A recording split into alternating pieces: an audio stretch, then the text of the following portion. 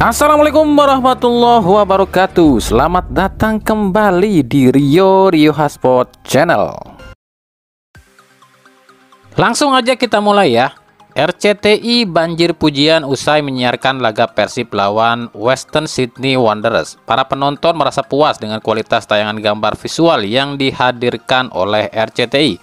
Nah, inilah tampilan perbedaan siaran Liga 1 yang dikelola oleh Indosiar dengan tayangan uji coba Persib yang disiarkan oleh RCTI.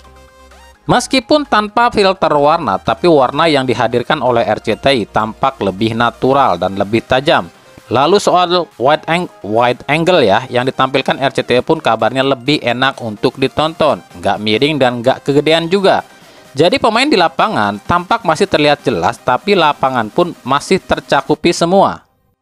Kalau kami pribadi melihatnya, hal ini tuh disebabkan oleh beberapa faktor lah ya. Kenapa RCTI ini tampak lebih enak dilihatnya dibandingkan visual yang ditayangkan oleh Indosiar. Yang pertama, RCTI di laga ini sudah tak pakai lagi yang namanya handle cam alias kamera yang dipakai wartawan yang ada di pundak, yang biasanya kan terlihat di pinggir lapangan. Ada kameramen yang berlari-larian di pinggir lapangan. Ini udah nggak terlihat ya. Karena kamera yang jenis ini biasanya tuh resolusi, selain resolusinya juga kurang bagus, kamera ini pun nggak memiliki stabilizer. Makanya terkadang gambar yang dihasilkan pun oleh kameramen ini goyang-goyang ya. Yang kedua, RCTI pada laga ini memakai kamera utama yakni kamera box alias low touch. Ini bertipe Sony HDC 1700 ya, yang memiliki kestabilan dan juga ketajaman serta kecepatan dalam menangkap gambar-gambar dengan resolusi yang sangat tinggi. RCTI pun meletakkan kamera-kamera asisten di setiap sudut tribun Stadion GBLA dengan kualitas kamera yang memiliki resolusi yang hampir sama bagusnya. Ini yang bikin kualitas tayangan kamera yang lebih bagus atau mungkin setara dengan kamera low box atau kamera utama yang ada di pinggir lapangan. Makanya kualitas gambarnya pun semakin stabil. Yang ketiga, proses mixing atau filterisasi atau penyaringan. Nah, mixing video yang semakin banyak proses mixingnya ataupun semakin tinggi resolusi mixingnya atau semakin banyak tahapan proses filterisasinya akan menjadikan gambar makin terlihat tampilan apik dan semakin smooth ataupun halus ya. Yang keempat, posisi Stadion GBLA yang memiliki banyak tribun-tribun yang berpagar dan memiliki space untuk meletakkan kamera-kamera sehingga setiap sudut angle yang tertangkap oleh kamera-kamera RCTI ini menampilkan gambar yang lebih enak untuk ditonton. Makanya ya, ini kalau kata RCTI, itu dia, kan itu yang kami tuju. Orang suka dengan tayangan kami dan kami bisa jadi broadcast liga lagi.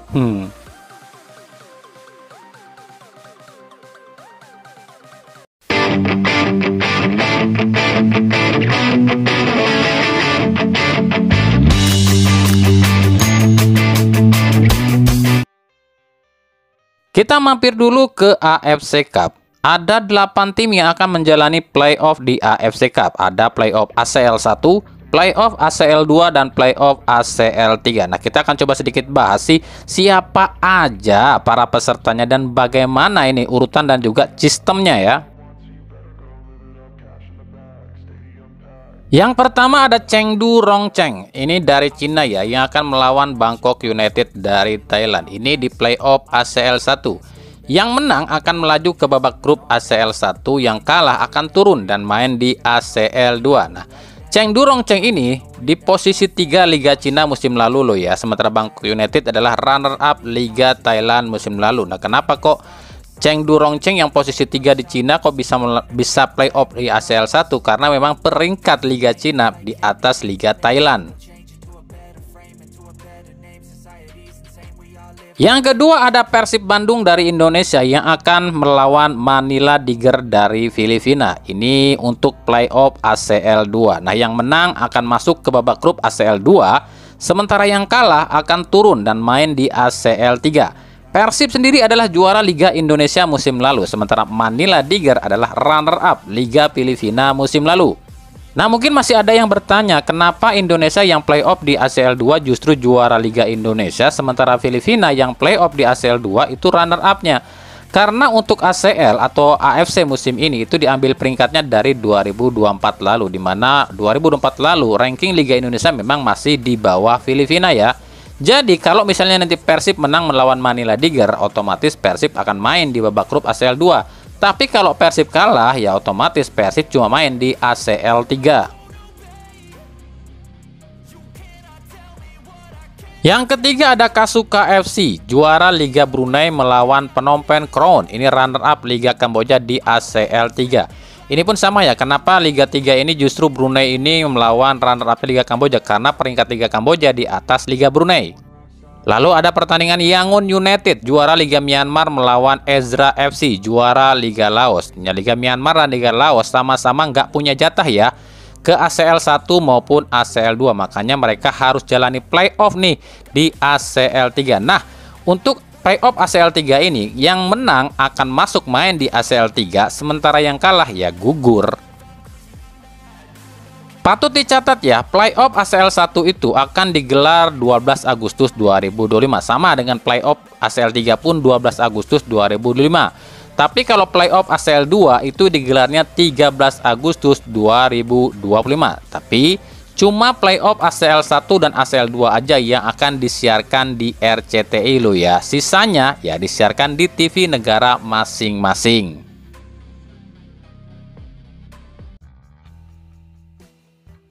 Kita mampir dulu ke Timnas Indonesia. Kita akan coba bahas sedikit serba-serbi pemain Timnas dan calon pemain Timnas.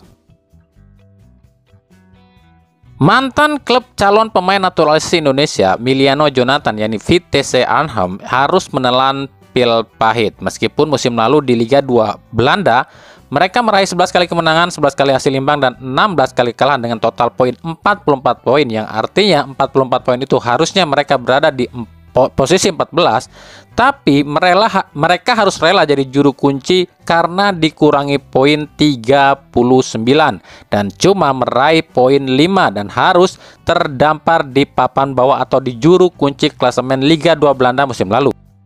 Kenapa demikian? Karena Vitesse Arnhem di 2024 lalu terlibat kasus yang namanya penunggakan gaji pemain dan staf. Nah, musim ini harusnya mereka berada di Liga 3, tapi karena Liga 3 Belanda itu cuma diisi pemain tim-tim U21, mereka pun bisa main di Liga 2 Belanda lagi. Tapi nasib sial pun kembali menerpa Vitesse Arnhem.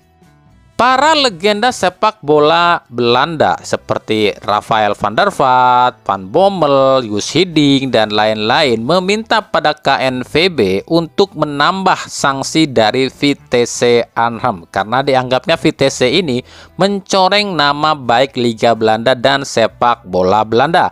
Akhirnya KNVB selaku Federasi Sepak Bola Belanda menjatuhkan sanksi tambahan pada Vitesse, yakni dengan mencabut lisensi profesional klub Vitesse. Maka dengan dicabutnya lisensi Vitesse oleh KNVB ini, Vitesse resmi menjadi klub amatir yang tak punya lisensi. Bahkan mereka tak bisa main di Liga 5 atau Liga 4-nya di Belanda loh ya. Inilah mungkin salah satu alasan kenapa Miliano Jonathan kemarin itu pindah dari Vitesse ke FC Utrecht dan mau dinaturalisasi, karena mungkin pemikirannya kalau dinaturalisasi oleh Indonesia dia akan mendapatkan kesempatan lebih besar dan bisa mendapatkan klub lain yang jauh lebih bagus dibanding FC Utrecht. Nah, seandainya saja para legenda sepak bola Indonesia ini melakukan hal yang sama seperti legenda sepak bolanya KNVB, dan juga andai saja di Indonesia ini federasinya sama seperti KNVB menerapkan aturan yang sama, atau aturan yang dibikin oleh KNVB ini diterapkan di Liga Indonesia khususnya di Liga 1 atau Super League, ya bisa jadi musim ini Super League cuma akan diikuti oleh 11 tim, karena 7 tim di Liga 1 musim lalu sudah terkena yang namanya tunggakan gaji, ditambah 3 tim dari Liga 2 yang promosi, maka Super League musim ini cuma 14 tim. Itu kalau peraturan di KNVB diterapkan di Liga Indonesia khususnya di Super League. Nah, 7 klub itu apa sih yang nunggak gaji Liga 1 musim lalu?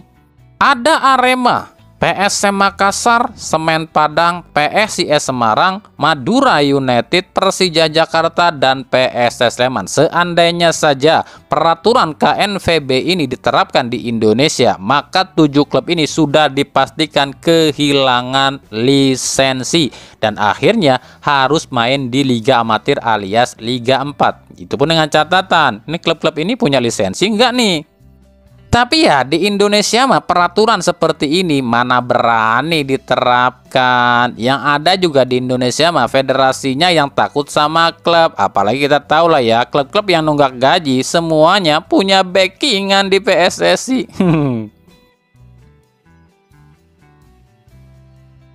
Yang kedua, nasib Jai Ijes di Venezia ini digantung oleh Venezia. Dilansir dari harian Italia Tutto Venezia Sport, Direktur Teknik Venezia Filippo Antonelli mengatakan jika Jai Ijes ini harus dijual dengan harga di atas harga pasaran atau Jai Ijes ini memang dibanderol lebih mahal dibanding dengan harga yang tertera di Transfermarkt. Kenapa demikian? Sebab jika Antonelli ini menjual Jai Ijes dengan harga yang tertera di Transfermarkt atau mungkin bahkan lebih murah dari harga yang tertera di Transfermarkt, maka dia yang akan dipecat oleh Venezia. Makanya Venezia memang sengaja ya ini membanderol Jai Ijes ini dengan harga 90 juta euro atau sekitar 190 miliar rupiah. Itu katanya sih nggak boleh kurang dari harga segitu. Kemarin klub Genoa ini coba menawar Jai Ijes kalau nggak salah ya dari catatan harian ini tuh 140 miliar tapi ditolak ya. Saat ini Udinese dan Sassuolo masih coba menegosiasi soal Jai Ijes. Apakah mungkin bisa didapatkan oleh Udinese dan Sassuolo dengan harga mungkin yang nggak sampai 190 M lah ya. Ya inilah politik orang-orang Italia ya, pantesan aja ketum PSSI pinter banget politiknya. Jadi istilahnya dengan modal sekecil-kecilnya bisa mendapatkan keuntungan yang sebesar-besarnya. Dulu saat Jai Ijes dibeli oleh Venezia dari Go Ahead Eagle ya, itu harganya cuma 15,64 miliar loh ya. Nah sekarang kalau dijual 190 miliar, buset dah itu berapa puluh kali lipat tuh untungnya Venezia. Gimana nih tebakan kalian nih, kemana Jai Ijes akan berlabuh? Venezia, Genoa, atau mungkin Sassuolo atau Udinese? Kalau tebakan orang Italia sih katanya sih Jai Ijes ini akan ke Sassuolo. Nah, bener nggak ya?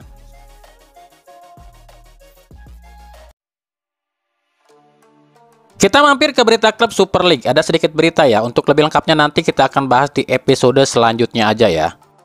Dari Persib Bandung, ini Ramon Panke dipastikan dicoret oleh Boyan Hodak untuk laga perdana melawan Semen Padang. Cedera yang didapat Ramon di saat uji coba lawan Western Sydney membutuhkan waktu 1-2 minggu untuk masa pemulihan.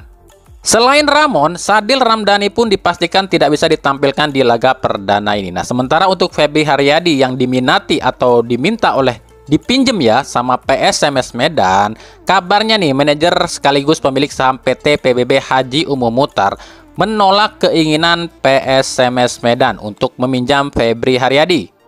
Menurut WHO, Febri adalah salah satu ikon Persib, apalagi posisi Febri diperlukan selama Sadil memang belum fit ya. Tapi ya kita sama-sama tahu lah, WHO juga bisa apa kalau pemilik saham Persib yang lain takluk sama PSSI. Sementara kita tahu WHO ini memang kurang sejalan dengan PSSI dan LIB. Tapi kan petinggi Persib yang lain selalu nurut sama PSSI. Sementara kita tahu juga PSMS Medan ini saat ini dikuasai oleh para petinggi PSSI. Nah kita akan lihat nih, apakah WHO akan kalah lagi oleh manajemen Persib yang lain? Di sisi lain Persib pun diledekin nih sama supporternya tetangga lantaran Persib memakai sponsor dari BUMN, yakni Balai dari BTN. Para Jackmania mengatakan ngatain orang pakai BUMD lah, dirinya sendiri pakai BUMN. Tapi ini pun dikonter balik nih sama Bobotoh. Kata Bobotoh, kemarin Jackmania nyalain Erick Thohir soal keinginan PSSI pakai JIS. Jackmania hujat Persib lantaran dianggapnya Erick Thohir adalah papahnya Persib. Tapi kata para Bobotoh, no lihat papah lu sendiri malah ngelarang kan lu pakai JIS. Nah inilah pernyataan Ferry Paulus soal JIS ya. Kapasitas ya, kapasitas kemudian juga hospitality untuk loading dan unloading penonton baik masuk maupun di luar. Kalau nanti dalam verifikasi memungkinkan, ya pasti akan kita lakukan di sana. Karena pasti penontonnya akan membeludak ya, dengan kapasitas dan pembatasan kapasitas di JIS nggak memungkinkan untuk di JIS. Analisa saya pasti akan GBK. Mungkin kalau nggak salah hanya maksimal 45 atau 50 ribu. Sementara pertandingan lawan Persib, Persebaya itu pasti di atas 70 ribu. Ya. Persija sendiri dikabarkan akan memakai 11 pemain asing di musim ini dan akan segera melengkapi sisa 3 slot pemain asingnya. Dan dari 3 pemain asing yang akan segera merapat ke Persija, 1 diantaranya adalah pemain yang akan menghebohkan jagat sepak bola di seluruh Indonesia. Karena disinyalir harga pemain Persija yang satu ini akan jadi pemain termahal di Super League musim ini. Siapa ya kira-kira? Apakah CR7 gitu? Ya kita lihat nanti aja. Siapa 3 pemain asing yang akan masuk ke Persija dan apakah benar 1 diantaranya adalah pemain super mega bintang yang akan masuk ke Persija?